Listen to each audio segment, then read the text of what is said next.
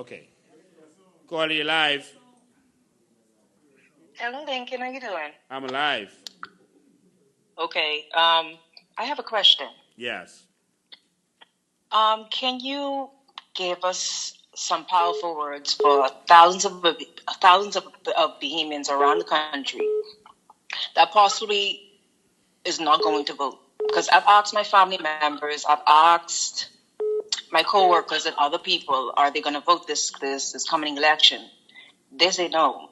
Can you please give us some powerful words of encourage us and those around to at least vote? Because Yeah. this is our country, and we cannot allow this to be taken over by immigrants and others.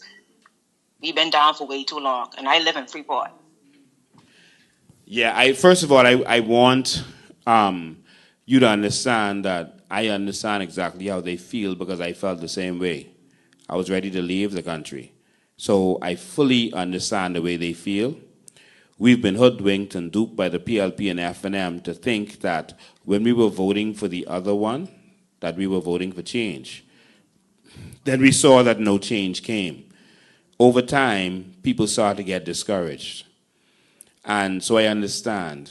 But the problem here is that the politicians who study political science knew that eventually you would get discouraged. And that's why both of them started entertaining the foreigners to come in to vote. And so they're replacing you. If you don't vote, they're going to replace you. And if you let the foreigners take your power, and your power is your right to vote, then you're going to lose your country, the one and only country that you have. We can't lose this because we are disenfranchised. You have an opportunity now to do something different. We have shown you that we have the qualified candidates to run this country. There are qualified professionals in every ministry to run the country. The country's not going to fail. The only problem with those ministries is that unqualified politicians go there and take over and do the bidding of evil people. We're going to empower our directors, our permanent secretaries, etc. We're going to empower them. And we're going to have qualified people to bring the policy of the government to those ministries. But if you don't vote, a no vote is a vote for the government. What does that mean? You are saying the government is not bad enough for you to remove them. You were saying you like the way things is, and you don't even have to show up because you don't want to see any change. Everything is okay. And if you like not having a hospital with no medicine, no sheets and pillows, the simple basic things, if you like the D-average schools that we have, if you like expensive electricity and cost of living, if you like that, then don't vote. But I can tell you one thing. Voting for something different will help because it will make the PLP and FNM realize that you're on to them. And even if that somehow they get back in, they're going to do what they're supposed to do now because they know that they're not vulnerable. Right now, they think that you have no choice but to vote for them or their best friend. So they don't care to do anything for you. Look at the loyal constituencies that always vote for one of them. They are the most neglected. And the country is neglected because they feel you're stuck with them. The minute we vote against them, all of a sudden everything is going to change.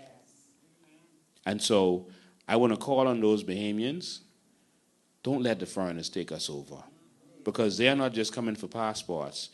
They are the same day they get their passport, they are going for their voter's card.